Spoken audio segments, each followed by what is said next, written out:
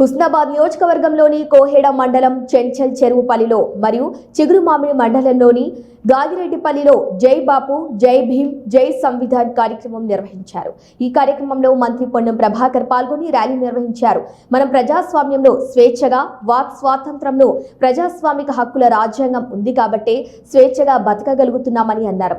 స్వాతంత్రం తెచ్చిన మహాత్మా గాంధీని పేద ప్రజలకు అండగా ఉండే రాజ్యాంగం రాసిన అంబేద్కర్ని మార్చేసి ప్రజాస్వామ్యం లేదు, నియంతృత్వంగా గత 10 సంవత్సరాలుగా బీజేపీ పాలిస్తుందని అన్నారు. స్వాతంత్రం కోసం పోరాడిన పార్టీ కాంగ్రెస్ పార్టీ అని కొనియాడారు. రాజ్యాంగానికి ప్రమాదం ఏర్పడినప్పుడు దేశంలోని ప్రతి పౌరుడు రాజ్యాంగాన్ని కాపాడుకునే బాధ్యత, రాజ్యాంగ పోరాటంలో భాగస్వామ్యం అయ్యే అవకాశం మళ్లీ వచ్చిందని అన్నారు. ప్రతి వ్యక్తి రాజ్యాంగ పరిరక్షణకు ముందుకు రావాలని కోరారు. ఈ కార్యక్రమంలో కాంగ్రెస్ నాయకులు, కార్యకర్తలు, అనుబంధ సంఘాల నాయకులు తదితరులు పాల్గొన్నారు.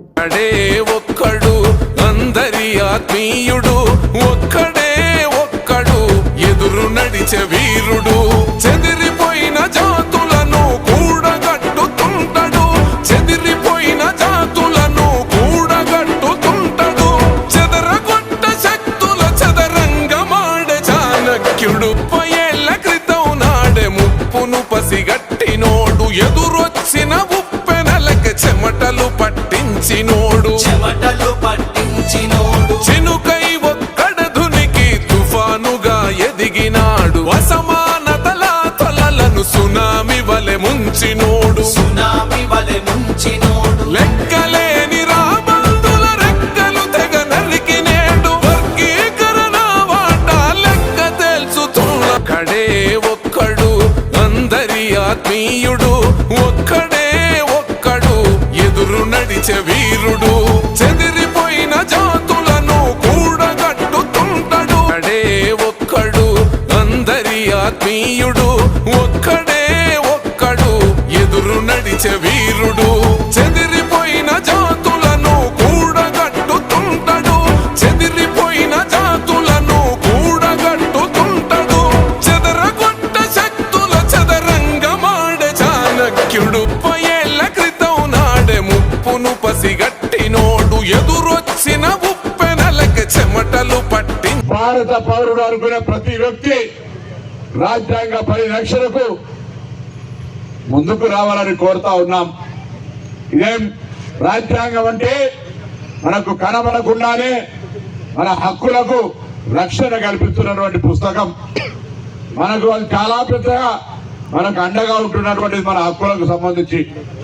అటువంటి రాజ్యాంగాన్ని అవమానపరుస్తూ, డాక్టర్ బాబాసాహెబ్ అంబేద్కర్ గారిని అవమానపరుస్తూ, మహాత్మా గాంధీ గారిని అవమానపరుస్తూ ఇవాళ ఉన్నటువంటి పాలకులు విభజించు పాలించు కింద మతపరమైన అంశాలకు మాత్రమే పరిమితమై రాజకీయంగా రంగులు పులిమి ప్రజల మధ్య వైషమ్యాన్ని సృష్టించే ప్రయత్నం చేస్తా ఉన్నారు.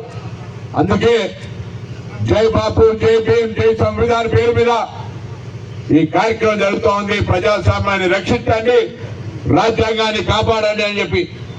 కాబట్టి తప్పకుండా మనమందరం బాధ్యతగా తెలంగాణ బిడ్డలుగా, భారతదేశ పౌరులుగా ఈ దేశంలో ఉన్న ప్రతి ఒక్కరూ ఆనాడు స్వాతంత్ర్యం కోసం పోరాటం చేసినటువంటి వాళ్ళను స్ఫూర్తిగా తీసుకొని రాజ్యాంగాన్ని కాపాడుతామని ప్రతిజ్ఞ చేస్తూ రాజ్యాంగాన్ని కాపాడడంలో ప్రజలందరి భాగస్వామ్యాన్ని కోరుతూ ఈ పాదయాత్రలు చేస్తూ ఉన్నాం. ఇదే సందర్భంలో ప్రభుత్వం చేస్తున్న అనేక కార్యక్రమాలు, అనేకమైనటువంటి అంశాలను చెప్తూనే మరి ఇటీవల ఎస్సీ కేటగిరేషన్ కావచ్చు, బీసీ రిజర్వేషన్ 42% కావచ్చు, లేదా హుస్నాబాద్ నియోజకవర్గ అభివృద్ధికి సంబంధించిన కార్యక్రమాలు కావచ్చు, రాష్ట్ర స్థాయిలో మహిళలకు ఉచిత బస్సు, 200 యూనిట్ల కరెంటు, సన్నవడ్ల బోనస్, రైతు రుణమాఫీ, రైతు భరోసా, ఇట్లా అనేక కార్యక్రమాలు జరిగే సందర్భం.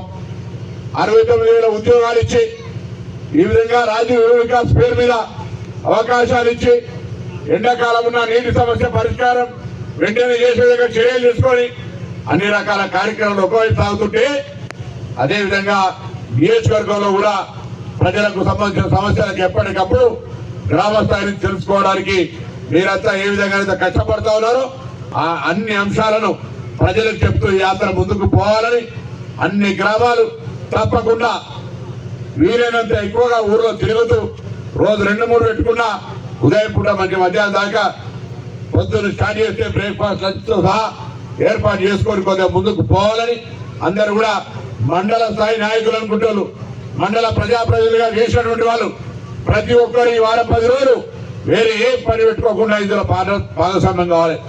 ఊర్లలో గేనలు ఊర్లల్లో ఆ ఊరు నాయకులతో అంతా ఊరును కదిలించుకొని మండల స్థాయి నాయకులకు స్వాగతం చెప్పి యాత్రల భాగస్వామ్యం అయ్యే విధంగా కార్యక్రమం ఉండాలి. ఇది మీ బాధ్యత. రేపొద్దున మనందరికీ ఉపయోగపడి కాంగ్రెస్ పార్టీ తరఫున ఇంకేమైనా చేయాల్సి ఉంటే ప్రజలు చెప్పేది విని కాగితాలు తీసుకొని మంచిగా వినమ్రంగా తప్పకుండా పరిష్కారం చేస్తాం, ప్రయత్నం చేస్తామని చెప్పి ముందుకు సాగాలని కోరుతూ మరొకసారి జై బాపు, జై భీమ్, జై సంవిధాన్.